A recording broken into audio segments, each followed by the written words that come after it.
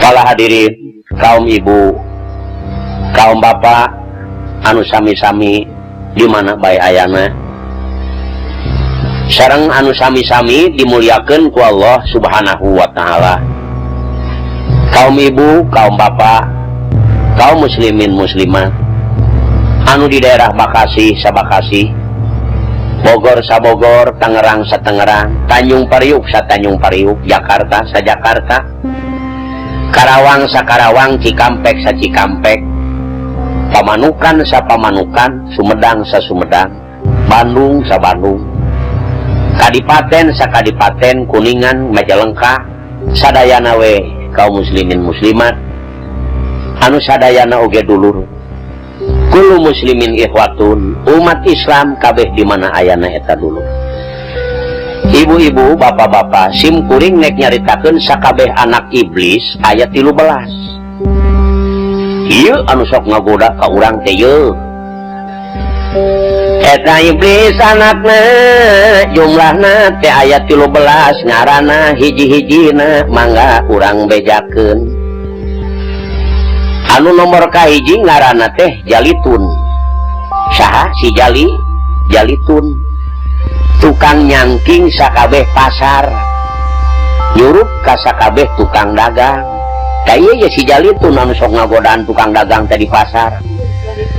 Sok wani ngurangan timbangan, oh sok wani manehanana sumpah teureun-eureun. Da ieu si Jalitun pagaweanana. Timbangan dikurangan merobot manehna sumpah, daek medu daek burut, eueuh nu nyumpahan eueuh naon.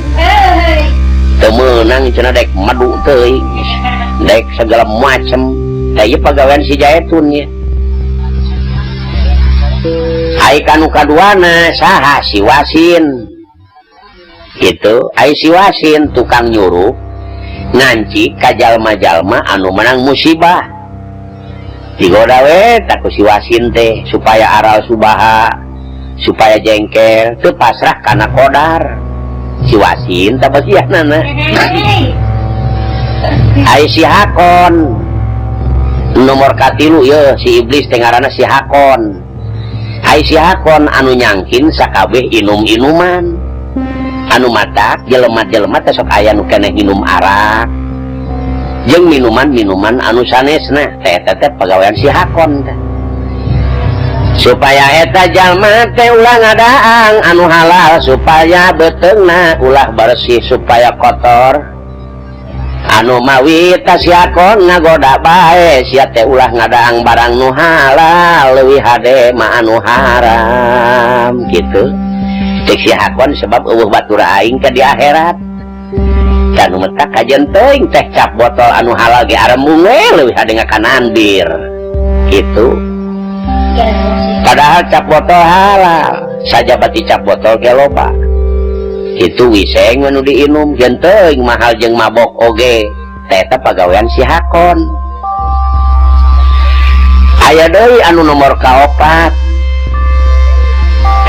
anu nomor kalima gitu, siapa yang ngaranna si Murad. Ai si Murad tukang nyangkin sakabeh perbuatanana. Ieu ye anu sok bari eta jelema teh rupa-rupa perbuatan tatabehan jeung dina lagu-laguna mani sok ngeuneuh eta. Lin boh dina orkes, boh dina wayang, boh dina sagala rupa ge pelemeun. Da eta anu sok nyangking teh si Murad. Dina lagu awi ngaramat ngeuneuh, lagu noneng nang oge ngeuneuh. Eta teh pagawean si Murad. Kitu. Meuni nengleng ceuli urang teh bahe kana lagu mah. Kitu. Eta teh si Murad we tah anu ngancik di dinya teh. Ai nomor kagenepna ngaranna si Lakus, tah anak iblis teh. Si Lakus tukang nyangking sakabeh kapara majusi. Eta mah tukang ngagoda majusi supaya bener-bener kakupuranana kateucereganana. Ai nomor katujuhna si Walhan. Si Walhan pagaweanana anu sok ngawas-waskeun dina wudu jeung adus. asa teu puguh dina wudu jeung dina aduh sok ngawas-waskeun eta pagaweanana teh si Walhan. Ai kadalapan teh eta ngaranna si Aor. Ai si Aor tukang ngagoda kana naon eta si Aor teh kitu kana ngaranyit lacur. Tah si Awar eta teh tukang ngaranyit ngalacur puguh-puguh di imah aya nu halal gagarayangan manehanana karana teu pagaweanana teh rumah trampet gitu kena bujur batur kuat kait segala eta pagaweanana teh tukang ngalacur. Mun ditanjung maka dinya tah kadinya ke tempat tah Pak Ahmad tah di Gang Ek tah Pak Ahmad tah ayo ngaku mah ada Pak Ahmad sok ngarayap tak kaulah dinya teh bener teh kana ya eta mana budak nu halal kuat kait rungkas rengkas tah ieu pagaweanana ya si Akwar ya ai nu kasalapan nya eta si Wasnan ngaranna teh ai si Wasnan ai gawena teh nusok kaharean makeun kana ibadah nusok ngalalorakeun kana ibadah ngajalankeun kana dosa ai kana bener mamung ai kana dosa mah jalinger mun kana salat mah alasan geus nyeri cangkeng kumaha cenah atuh da kuring sales mah ieu macem-macem we alasan tiris rupa-rupa dah tapi lamun jalan kana kagorengan ngadenge kitu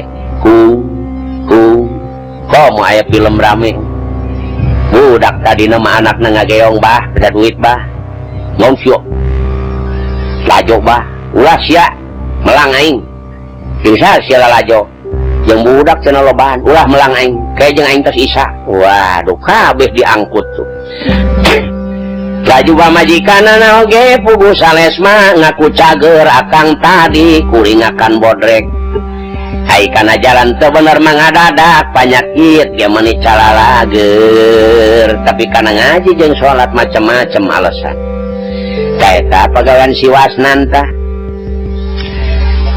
ai nu ka 10 si Abyad ai si Abyad anu gaweana teh anu sok ngadu-ngadu gitu anu sok lain dia anu sok ngagoda ka para ambiya wal mursalin ngan alhamdulillah diraksa ku Allah subhanahu wa ta'ala. Anu ka 10 anu ka 11 si Masud anu sok mapaesanan carita bohong gitu manehanana teh nu deui gawenangan bohong bae mani hese makana bener pinter dipapaesan we ku si ieu teh si Masud tah ayeuna sak ieu lamun ditanya kudu ku sahabat ieu jawabna ieu kitu diatur ku manehanana teh eta teh iblis nu ngatur ceuk rarasaan urang mah urang tah jadi geus tuluy ngatur kana bohong. Anu ka-12 si Dasim anu sok maseakeun salaki jeung pamajikan ka ieu si Dasim berat pagaweanana nya ngarah ditolak eta pamajikanana ku salakina si Dasim mah tukang ngaduk-ngadukeun pamajikan mah jeung salaki tah kuna dordar kuna cekcok kuna ribut tah geus lamun manehna ka jalan ribut ke laporan kuring geus meunang manusia ngaributkeun malah nepi ka ditalak ceuk kapalna talak sabar siki ngan hiji goblok sia kapiran talak hiji moal teu balik deui talak 3 kitu iblis ngagodana teh. Anu ka 13 na si Hanzab anu sok naon eta teh anu sok ngawas-waskeun dina urusan salat kayaan iblis dina di dunya teh eta kitu anu mawi ai iblis mah kacida ngaruksakna ka urang teh sanggeusna eta si iblis aya di dunya manehanana anak ngarasa hanteu ngeunah jeung asa kaluman asa teu betah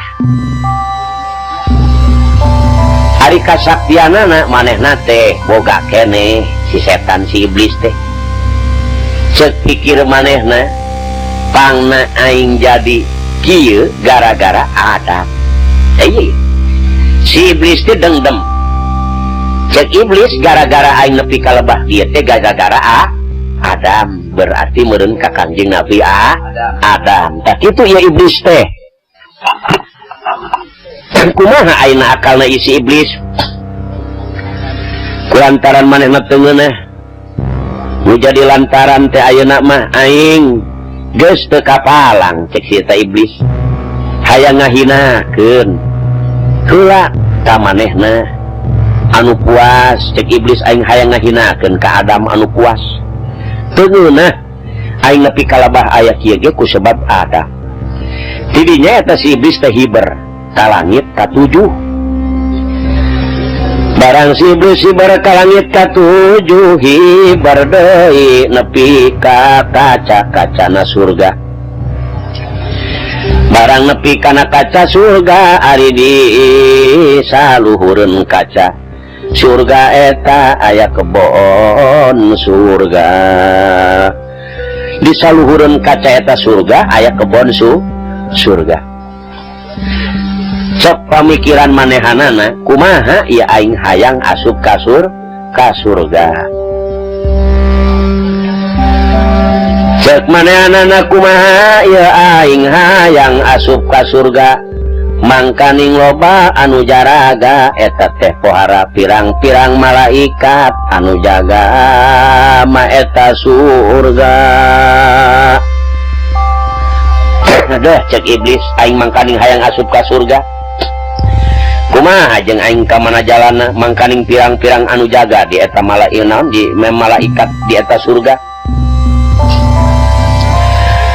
kumaha akalna hayang lolos hayang ulah kanyahoan kuno jaga harita kebenaran pala sadere aya hayam dulu ieu manehanana teh ngarupakeun simet pinter ka iblis ngarupakeun si simet ku hayam diudad ta simet teh kaleper weh hiber ngaliwatan anu jaga teh nyaho eta iblis atuh arita teh si iblis ngarupa simet langsung ka jero surga bari salamet manehna henteu aya naon-naon teras ka kara teras ka aras terus ka aras menuju Nabi Adam nyaeta si iblis terus ke aras menuju Kangjeng Nabi Adam bari curiga ta si iblis sieun kapergok sieun kanyahoan barang nepi ka caket Kangjeng Nabi Adam kabeneran nu jaraga keur eueuh atuh manehanana teh sobat bae ngahinakeun ka Kangjeng Nabi Adam tah si iblis teh asa genah asa sugema kulantaran anu jaga meleng nya manehanana teh sobat bae atuh rek ngahinakeun ka Kangjeng Nabi Adam tidinya manehanana ngalengkahan kana luhureun patuanganana Nabi Adam bari naon ta si iblis teh bari ngareuhak ana gejrot teh bari nyebut puas ya kokna cek iblis tuluy manehanana teh mabur ka dunya deui kitu pala sederek eta iblis teh ku hayang puas ngahinakeun ka Kangjeng Nabi Adam gejrot nyiduhan teu lila eta si iblis teh pala sederek teras ka dunya deui teu lila daratang nu jararaga eta malaikat anaret katingali dina luhur patuangan Kangjeng Nabi Adam aya anu ngagundung sumuhejo bingung sadayana para malaikat atuh para malaikat anu jaga teh kaget. Naon sababna anu meta kaget? Rumasa ieu para malaikat anu jaga teh meleng. Jabasieun menang bebendu ti Allah. Cek sawarehna kumaha urang ari geus kieu. Cek sawarehna ayeuna mah buru-buru wae keduk piceun. Yakin da eta terhak si iblis. Aduh kitu para sadari. Memetak ulah meleng, urang oge lamun ngarona sagala ulah meleng. Jadi eta cek saware malaikat leuwih hade urang keduk bae da tetela eta rehak si iblis. Saking manehna hayang puas ngahinakeun ka Kanjeng Nabi Adam. Didinya eta rehak dikeduk dibante dibabetkeun ka dunya. Tuluy eta si rehak teh jadi anjing. Jadi anjing. Aigek teh jadi anjingnya terhak iblis jeung jadi bagong. Rehak si iblis teh barang dibabetkeun jadi anjing kalayan jadi bagong. Nutak diharamkeun ku agama Islam. Barang parantos lami ya teteh si iblis teh tetep bae ngarahan bae hayang ngahinakeun ka Kangjeng Nabi Adam. Saparantos Allah ngajadikeun ngazahirkeun ka Kangjeng Nabi Adam di surga.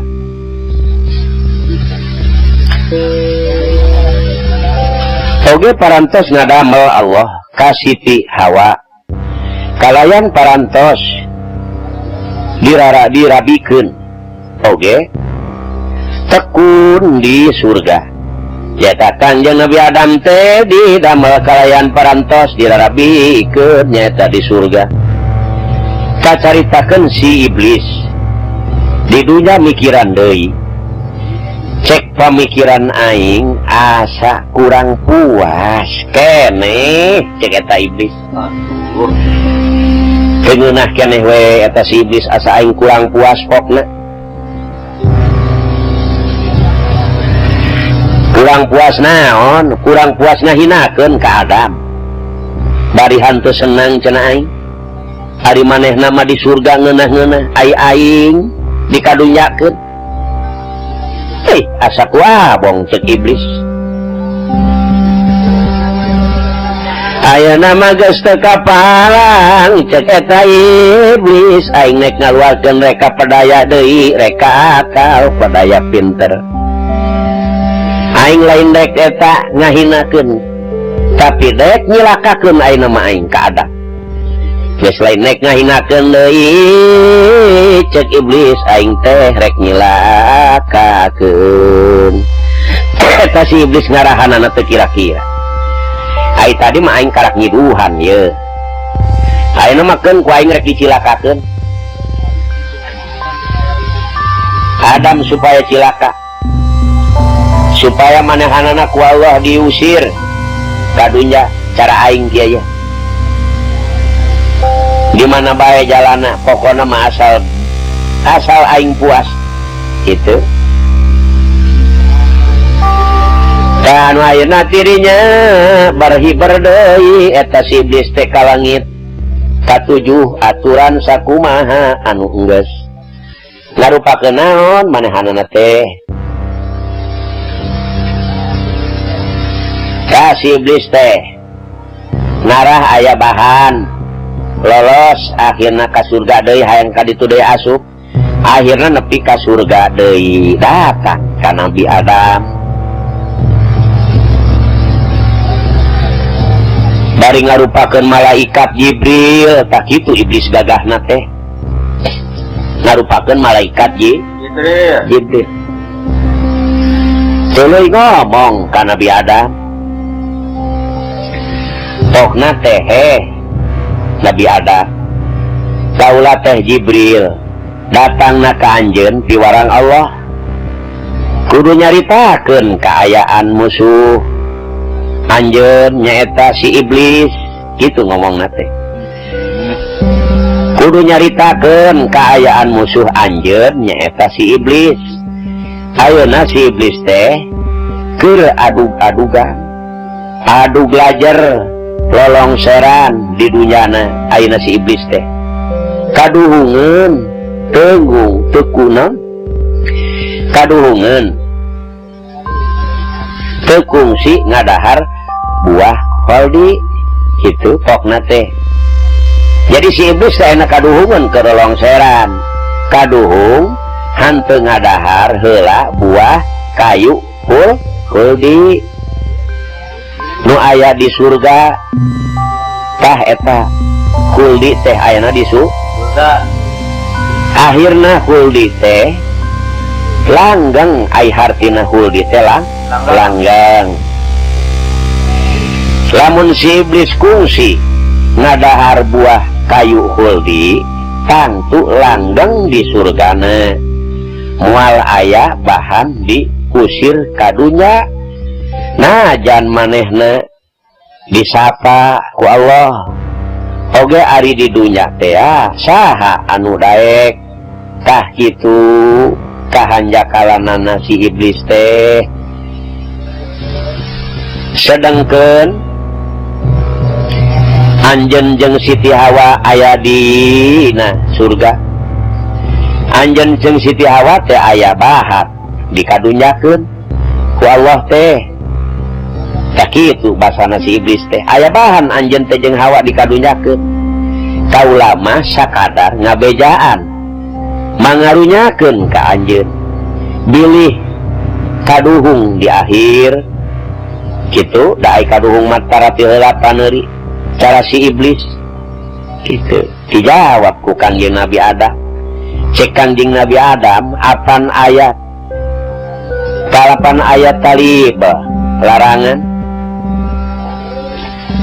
temenang pan ku Allah, ku Gusti Allah dina malah nyaketan oge kana tangkal kayu huldi.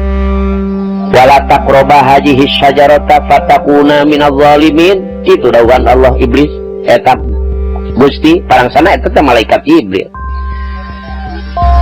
Nu eta larangan teh ka kaula jeung ka Siti Hawa, hartina ulah deukeut anjeun kitu Adam jeung Hawa kana ieu tangkal kayu huldi. Kitu dawuhan Allah. Mun ngadeuketan anjeun zalim, cek iblis aya eta ayat. Nya eta ayat. Kah cek iblis nu ngarupa malaikat teh teu salah eta ayat teh kitu. Ngan tafsiranana ulah soteh ngadeuketan. Teu meunang soteh ngadeuketan. Kana eta tangkalna ari ngalabuahna mah teu dilarang cenah ku Allah. Waduh. Anjeun teh ulah salah paham, memang eta katerangan teu salah. Ulah soteh ngadeuketan kana tangkalna ari ngalabuahna mah teu dilarang. Apan cek Allah ka anjeun, ya Adamuskun tu ya Adamuskun anta zauzukal jannah. Raksaat Production. Tak itu pandawuhan Allah.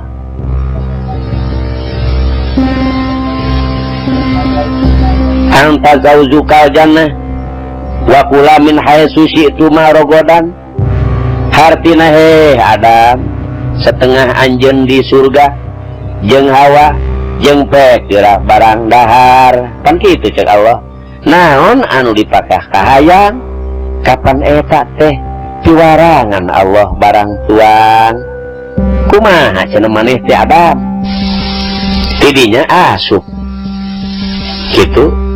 Kanadaan du jiga bener asa bener ieu papatah teh nyaho iblis ing rupa malaikat. Tidinya Kangjeng Nabi Adam naik kana eta tangkal kayu huldi. Bari ngalabuahna lajang didahar ku anjeunna sareng ku Siti Hawa. Dugi kaseetna tidinya siri iblis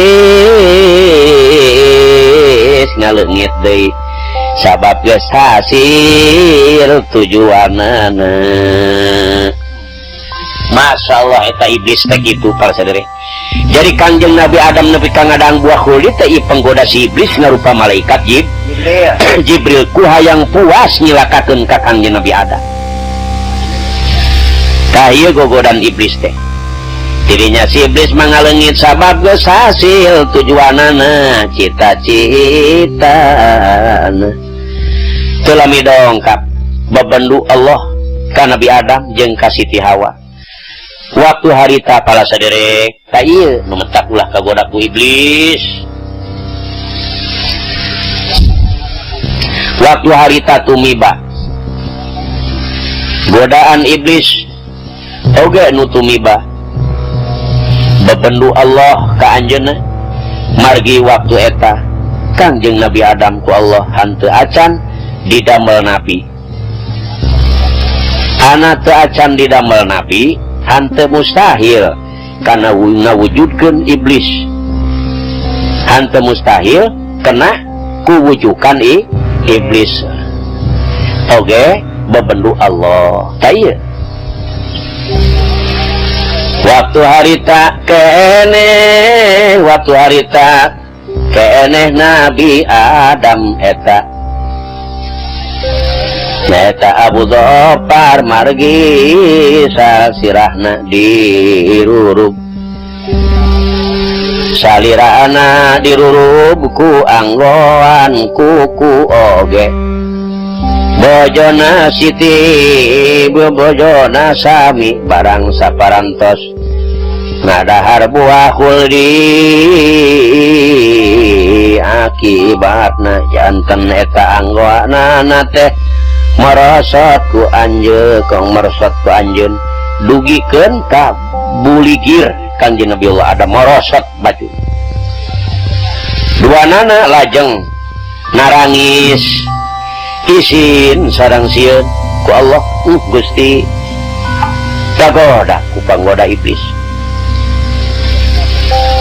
dugikeun ka panangan Kanjeng Nabi Adam nungkup kana zakarna ku sebab merosot angyanana panangan Siti Hawa nungkup deui kana parjina kitu para sadere. Hante kungsi lami Kangjeng Nabi Adam dilungsurkeun ku Allah ka gunung Rahun ka gunung Rahun. Sarasa eta Kangjeng Nabi Adam teh dilungsurkeun ka gunung Rahun.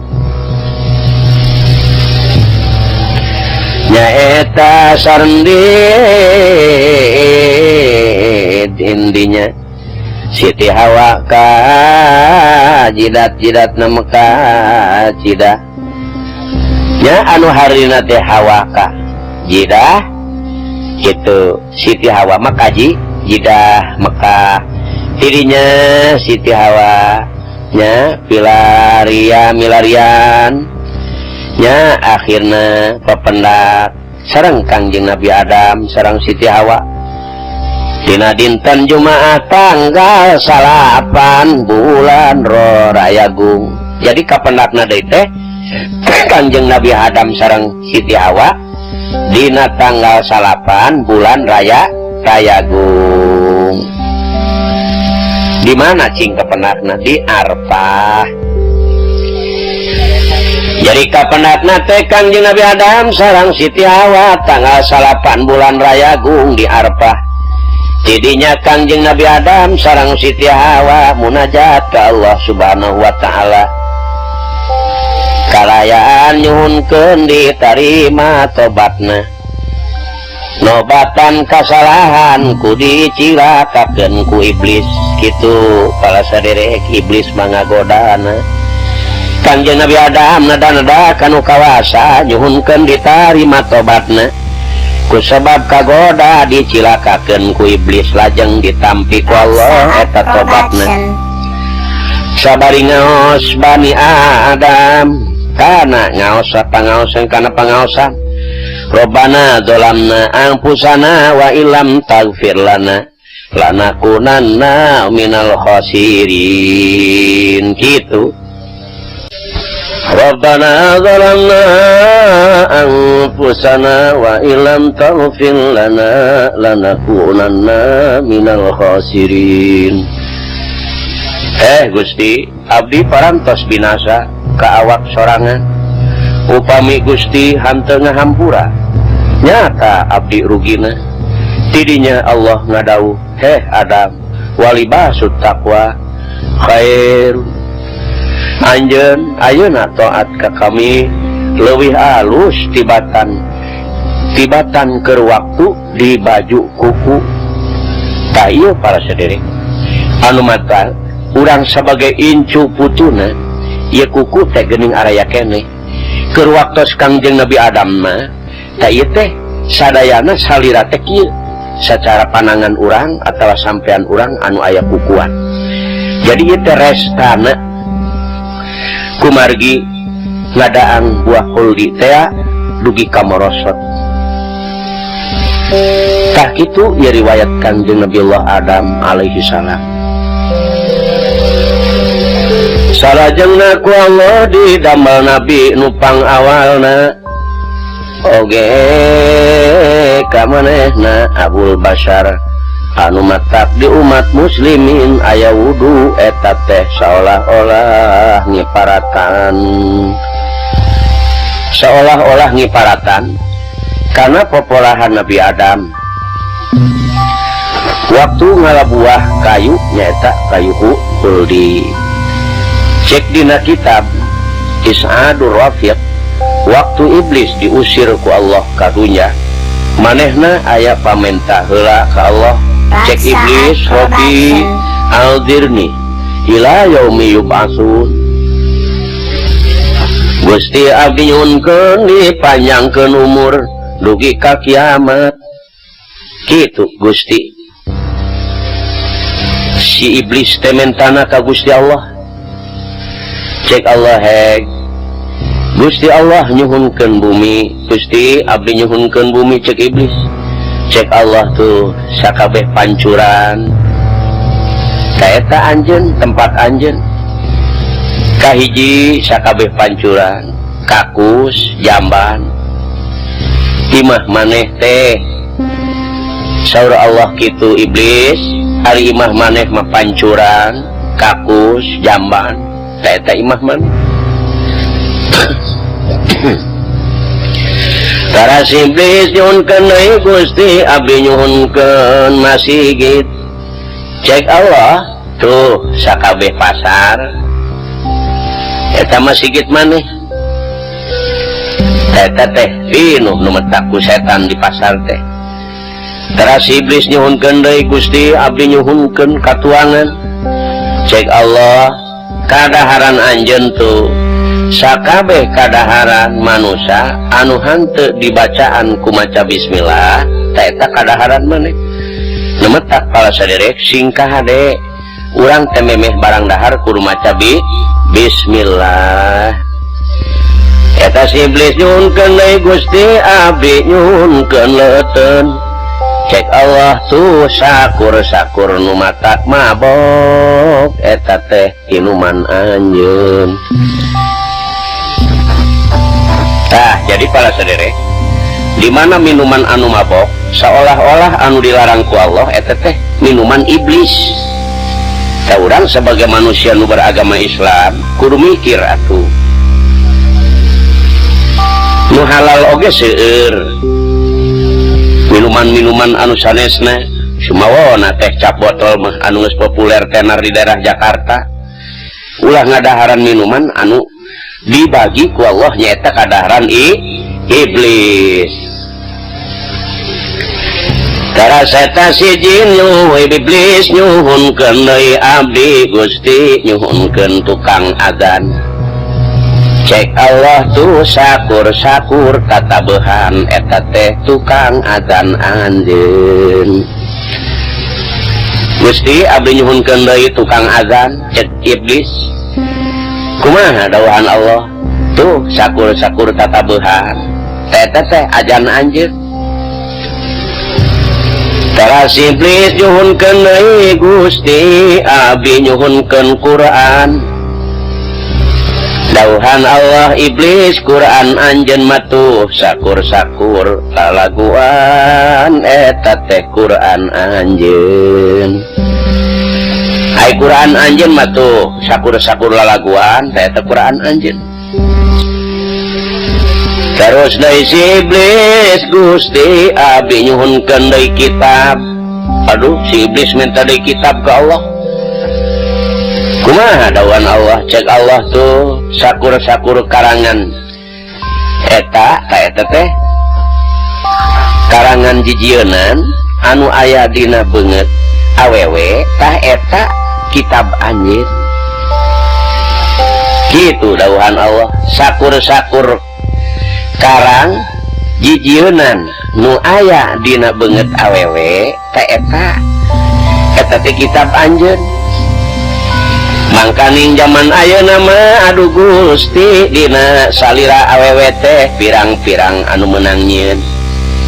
Malah halis anu asli mah dipiceun digunulan diganti mah kuno anyar. Buuk anu asal mah geus teu dipake zaman ayeuna mah bapak dikerentel-kerentel. Bener gitu bener. Jadi nu aslina mah geus aya, mangkana ieu dawuhan Allah teh eta kitu kitabna si iblis teh eta. Barang anu meunang jijieunnan anu aya dina beungeut awewe. Ka ieu kaum ibu perhatikeun.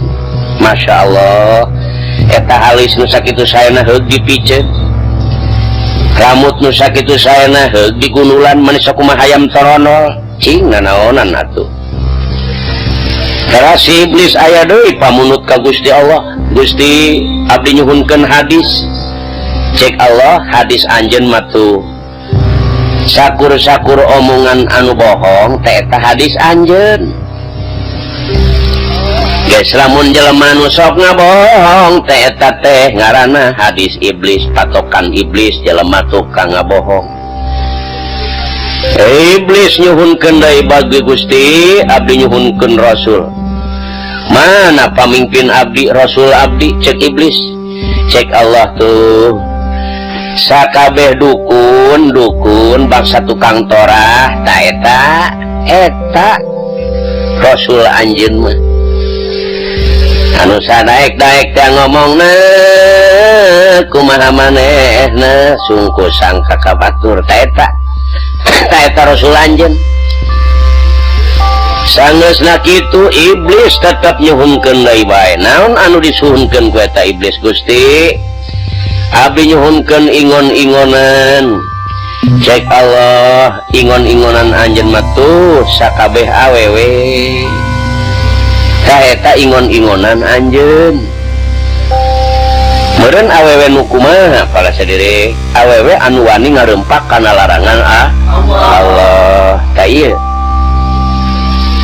anu mawi dawuhan Syekh Abdullah bin Abbas radhiyallahu anhuma di mana-mana umur iblis geus 100 tahun sok balik deui rupana jiga umur 30 tahun. Jadi ngorak deui si iblis mah. Tah kitu kalakuan si iblis teh. Iblis lamun geus umur 100 tahun sok balik deui rupana jiga umur 30 tahun. Oge Allah ngadawuh kami anu agung tepati-pati ngadamel ka Nabi Adam angin ngadamel kana turunanana nu disebut manusia jeung tepati-pati kami ngadamel ka maneh iblis angin ngadamel kana turunanana nu disebut setan jeung jin bari sarua lobana. Hiji manusia dibandingkan ku hiji setan angin nu di ismat kaya para anbiya wal mursalin aulia wassolihin terkecuali.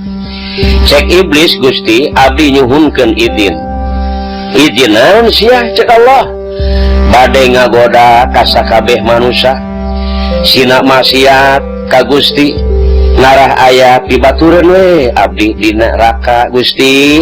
Kitu si iblis nyuhunkeunana teh ka Allah.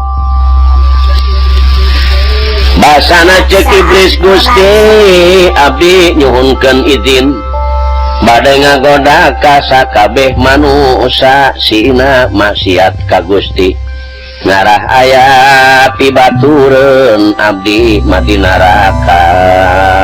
Masyaallah eta iblis kitu geuning hartina manyungeun izin jeung ibadahna sina teu ditarima ku Gusti supaya acak-acakan supaya inget kana sagala rupa cek Allah hek bae atuh ai bisa mah ngagoda ka umat ka makhluk tah kitu para sadari iblis teh horeng parantos izin ka Allah ari bisa mah ngagoda na iblis ka sakabeh umat barang nepi ka umat Nabi Muhammad sallallahu alaihi wasallam manehna bingungeun si iblis teh ya barang ngaharepan umat junjunan urang Nabi besar Muhammad sallallahu alaihi wasallam bingungeun sabab Allah waktu marentah kana qalam Lauh Mahfuz kudu nuliskeun amal perbuatanana umat Nabi nu mulia cek qalam man ata Allahu adkhalahul jannah kitu dawuhan Allah saha umat anu bakti ka Allah eta jadi ahli surga man atau Allahu dakhalahul jannah umat nu bakti ka Allah eta jadi ahli surga waman asallaha adkhalahun nar waman asa Allahu adkhalahun nar umat anu maksiat ka Allah eta jadi ahli neraka. Jadi eta mah kitu saha nu jadi hayang ahli surga kudu taat ka Allah. Saha sajalma anu teu taat maksiat bae ka Allah eta mah jadi ahli neraka. Wa man asallahu adkhalahun nar jadi ahli neraka. Kitu para sadere. Dah anu salajengna para bapak sadaya umat anu maksiat ka Allah eta jadi ahli neraka barang nuliskeun amal perbuatan umat Nabi Muhammad man asallaha rek nuliskeun adkhalahul jannah adkhalahun nar disentak eta kolom ku Allah dugi kaangkat gigi payah manehna ku sebab sieun cek Allah kudu ngagungkeun maneh ka Nabi Muhammad sallallahu alaihi wasallam ari di umat Nabi Muhammad mah kudu waman asallaha fa inni ghafurur rahim kitu kedahna dawuhan Allah umat nu maksiat ka kami eta tergantung kami dihampura jeung hanteuna ulah wa nuliskeun kitu tak kauntungan jadi umat Rasulullah teh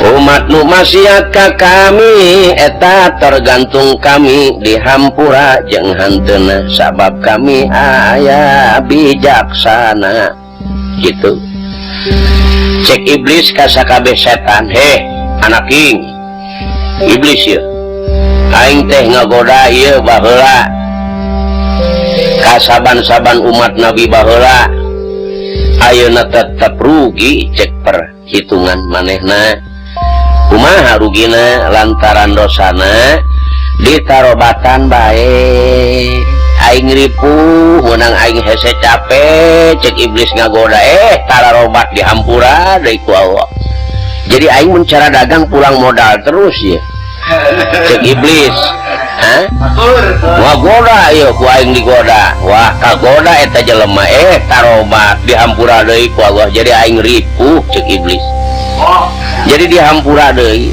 ditarobatan bae bari ku Allah ditarima deui tobatna tah ieu aing jadi mun cara dagang pulang modal ya cek iblis kitu sulitna mayunan umat Nabi Muhammad teh eta si iblis paling ge hiji dua nu hanteu ditarima saja dirinya mah lobana nu ditarima ngan hiji dua we nu teu diterima aya oge nu teu ditarima cek iblis. Jadi aing teh capek gawe teu hartian. Jadi capek gawe daya hartian loba modal tebatian. Bener teh beda teh usaha modal loba tapi eueuh untungna. Cek iblis ka sakabeh setan kumaha urang ayeuna ieu lamun ngasupkeun isme jeung nukilna ieu anu pohara ieu urang gogodan teh godaan-godaan anu paling istimewa ieu anu panghade-hadena godaan urang ka manusia kudu kumaha ayeuna carana mun cara kueh teh menyeun kueh nu istimewa katut wujukan tipuan anu lantip anu teu kaciri ieu ka kitu pala saderek modalna setan neangan jalan teh kitu ngarah teu ditarima ngalah tarobatan ngalah teu ditarima tobatna anu pohara we ieu mah urang nyeun gogoda teh tah anu akhirna pala saderek sadaya da ari digoda ku waswas atawa ku nginum arak atawa ku lacur atawa ku sajabana tina warna-warna jalan dosa eta mah badag kasar badag atawa kasar paling benang paling benang oge anaking kabeh ta ieu kabeh aing ayeuna dek ngayakeun musyawarah cek setan cek iblis nu dimusyawarahkeun teh nyaeta masalah pertipuan wujukan godaan isme gitu tugil pangaruh jeung sajabana ti urang bakal diimpor masing-masing. Waduh ieu teh kur nyieun bahan-bahan pikeun ngagoda ka manusia tah engke dipasihkeun ka umat Muhammad kudu beunang ye cek iblis saparona mah ulah nepi ka labah teu meunang mun cara nua mah bilang bara cenah kabeh mah nu penting nu bermangpangaruh di mana manusia nu berpengaruh eta urang cecer ku rupa-rupa alat nu ngaheuyeuh dayeuh ngolah negara saya anu jadi pamimpin tah ayeuna maraneh kabeh kudu bener-bener persiapan urang ayeuna kanu ngarti kanu bisa ngaji tah ieu urang serang urang goda nyaeta kudu ngaluarkeun paham masing-masing guna pikeun marogmokeun umat Muhammad supaya kagoda supaya mari gawe kana aturan anu goreng tayeu para hadirin persiapan si iblis jeung setan teh supaya umat manusia umat Muhammad teh migawe kana kalakuan anu dilarang ku Allah Subhanahu wa ta'ala tah ieu anu diinformasikeun teh ka maraneh maranehanana bari hanteu kacarieun tah ieu rupa ca ku anak buahna siap bergerak pikeun menempuh umat Muhammad jadinya pada sarumangat sakabeh setan ngajalankeun ijtihadna sabisa-bisa reka pedaya reka apal pedaya pinter waduh ieu setan siap ngetrukeun pamuda-pamudana wah kabeh we pangarti-pangarti anu garagah-garagah gitu eta teh bari bunga-bunga jejengklakan gesan hasil pamaksudanana tekung sililah hasil musyawarah jadi hiji tina pirang-pirang paham teh sarerea jadi bulet teras diajukan ku dewan-dewan perwakilanana permusyawaratan setan. Ai urang mah sok ngaikeun permusyawaratan rakyat, ai maneh nama permusyawaratan setan. Waduh rapat gede meureun ieu teh ye. Rapat besar. Ngayakeun permusyawaratan ka iblis. Cek dewan perwakilan ka iblisan, Gusti, ayeuna mah teu aca teu aya deui jalan keur ngahasilkeun tujuan Gusti. Cek abdi sadaya kajabi ti Gusti kedah nyuruh kana agama Islam. Masya Allah. Laporan ieu ka kapala ieu ti dewan perwakilan kaiblisan kasetanan ngajukeun ka saluhureun kagegeden kitu. Iwal ti kajabi ti Gusti kedah nyuruh kana agama Islam. Abdi sadaya nyuruh gitu karena masing-masing tokoh agama tak eueuh deui urang silulupna teh iwal ti kadinya urang goyangkeun agamana gitu ku Gusti terus goyangkeun dipale tokoh-tokohna urang agama-agamana jadi itu pada male ti dia pada male ngarah ti kurawil karena jurang ku Gusti dipale tokoh agamana gitu cenah ayeuna mah urang carana urang deketan cenah tokoh-tokoh agamana kena ti gurawil gitu. Iblis hianatna teh kitu.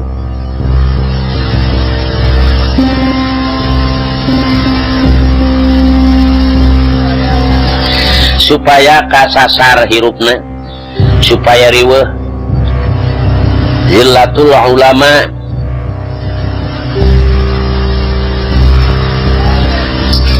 la yajuju taqliduhum fiha fantaziru fayatahu. Tiap-tiap perkara nu kaluar ti ulama apan jiga tina agama eta padahal ti urang itu supaya dikaluarkeun jika nama tina agama gitu padahal ti urang gitu. Tah iblis teh ngagodana nepi kalabah dinya anak jika tina agama jika nama salagi ti anggap bener pasti moal teu dianggap bener ku jelema anu rea gitu. Haram dianggap halal puguh haram tapi dihalalkeun tah ieu da tina agama jigana mah anak salah dirasa bener haram dirasa halal gitu. Tapi bener para sadere zaman ayeuna teh loba nu ngahalalkeun kana kodok malah nu ngahalalkeun kana oray nu halalkeun itu eta nu metak sing hade. Pilih anu sabenerna tangtu mual ditobatan ana dosa hante ditobatan tangtu hasil teh ya tujuan urang. Jadi ai kitu mah manehna teu ngarasa dosa jadi mual ditobatan ku manehna gitu. Karasaannana bener teh nya manehna salah jadi mual ditobatan tah didinya urang menang kauntungan cek iblis. Tapi lamun urang ngagoda anu nyolok pisan mah manehna boga rasa dosa terus ditobatan jadi urang sarua jeung pulang modal. Iblis perhitungan nepi ka dinya.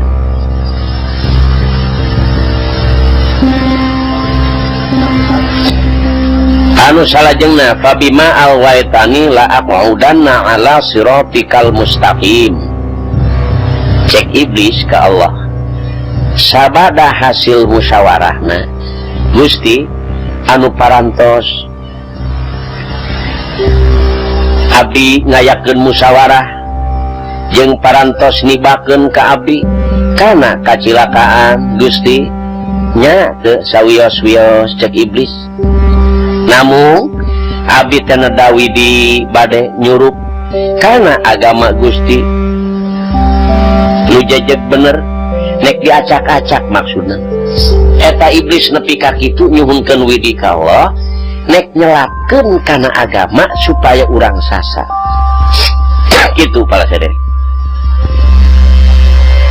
Cek iblis ka para setan kaharti lamun kitu mah merenan aing teh asa pae hirup deui.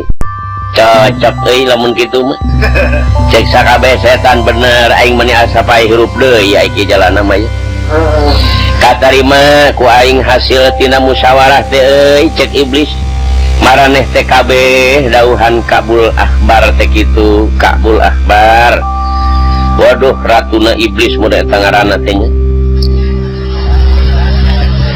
Tah eta teh pala saderek cek iblis teh kitu. Ya dauhan kabul akhbar dina kitab Fawaidul Mu'in Sahifah bin Sahifah waktos prak Nabi Adam kana mualna munajat heula ka Allah dauhanana heh Gusti anu uninga ulah ngan ngabongahan bae si iblis ngabongohan bae teu meunang meleng ieu si iblis ka abdi Gusti kumargi sakitu mugi Gusti ngaraksa ka abdi tina pangarahanana si iblis tah kitu Kangjeng Nabi Allah Adam teh Gusti anu uninga ngan ngabohongan ngan ngabahongan bae ka si iblis teh ka abdi kumargi sakitu mugi Gusti ngaraksa ka abdi tina pangarahanana si iblis istuli ngabongohan bae ngaheroan cek bahasa urang nama dauhan Allah Nabi Adam anjeun bakal dibalikeun ayeuna ku kami ka surga ari si iblis mah bakal dibalikeun engke ku kami ka neraka lantaran sina ngarasaeun heula nyerina maut sabada nyarios mautnya sabada beres mautna manusia lajeng ngundang Allah ka malaikat malakal maut cek Allah Azrail kudu manehan maehan maneh kasih iblis kalawan maehan anu nganyerikeun heula cek malakal maut Gusti nu langkung uninga engke bae ngamaotan satru Gusti mah saparantos beres niupan songsong Israfil nu awal margi sadayana kanyeri maot nate manusia bade ditampelkeun kasih iblis gitu.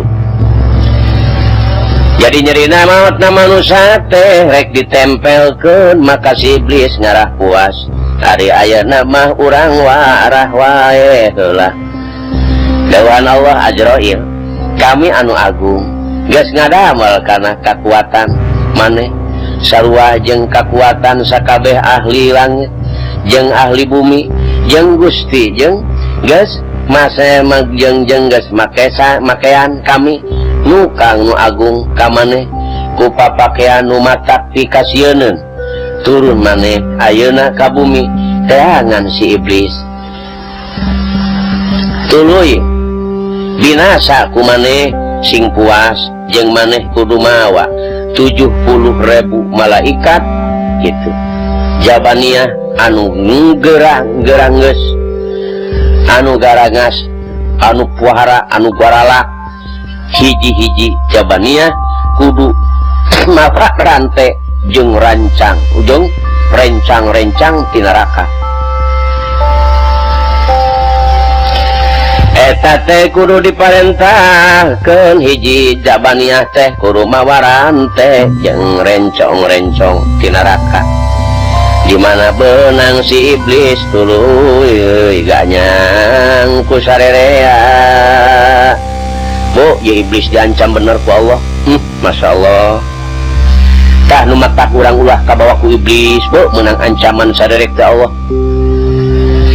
dirinya turun malaikat malakal maut jeung pirang-pirang malaikat Jabaniyah ka bumi anak gok teh si iblis geus aya dihareupeun cek malakal maut cicing sia iblis aing rek nyiksa barang jeung si iblis berangbang si iblis mabur ka sisi langit.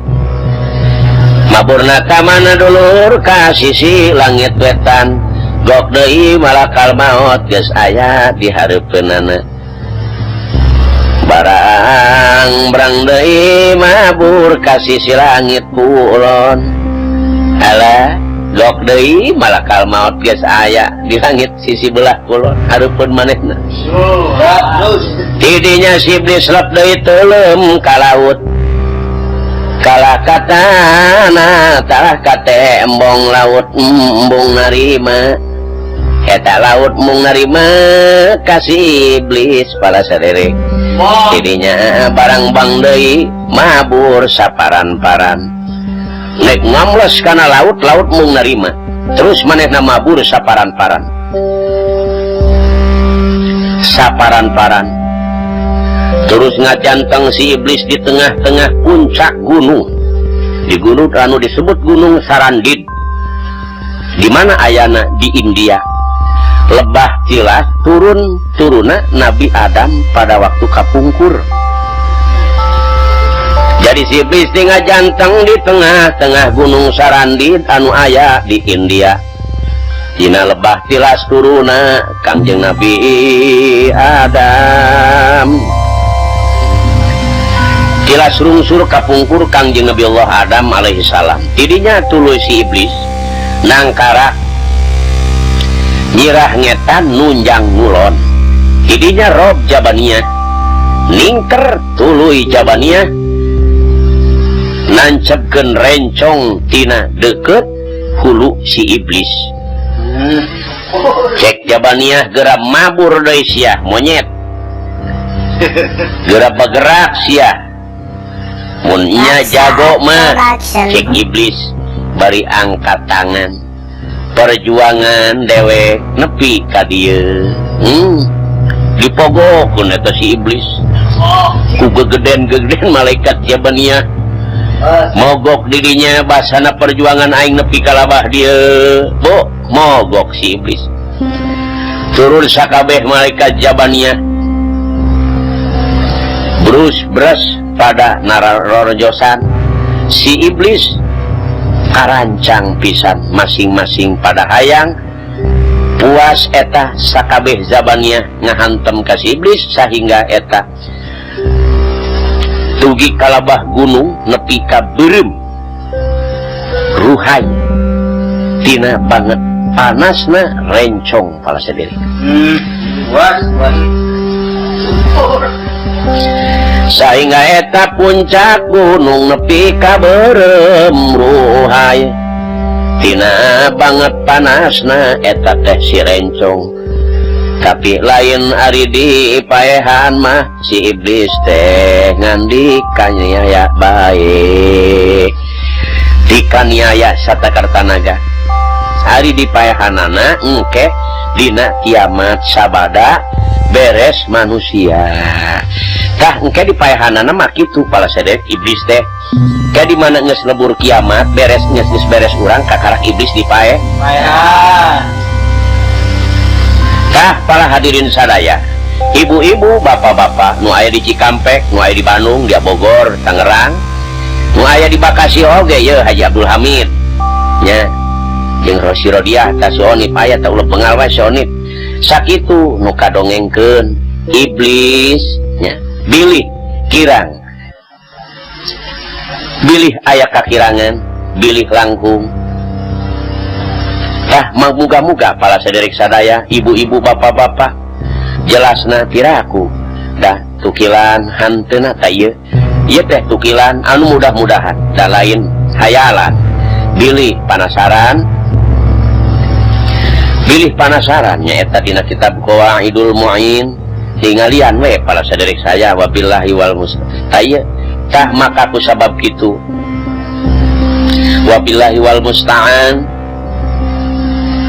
Alhamdulillah kirang langkungna kasadayana kaum muslimin muslimat anu di mana bae ayana dugi ka dieu ieu riwayat. Mudah-mudahan ku Allah dimangpaatkeun oge mudah-mudahan ku pala saderek diparhatoskeun. sakitu Robbana atina fid dunya hasanah wa fil akhirati hasanah wa qina adzabannar. Wabillahi taufiq wal hidayah. Wassalamualaikum warahmatullahi wabarakatuh. Waalaikumsalam.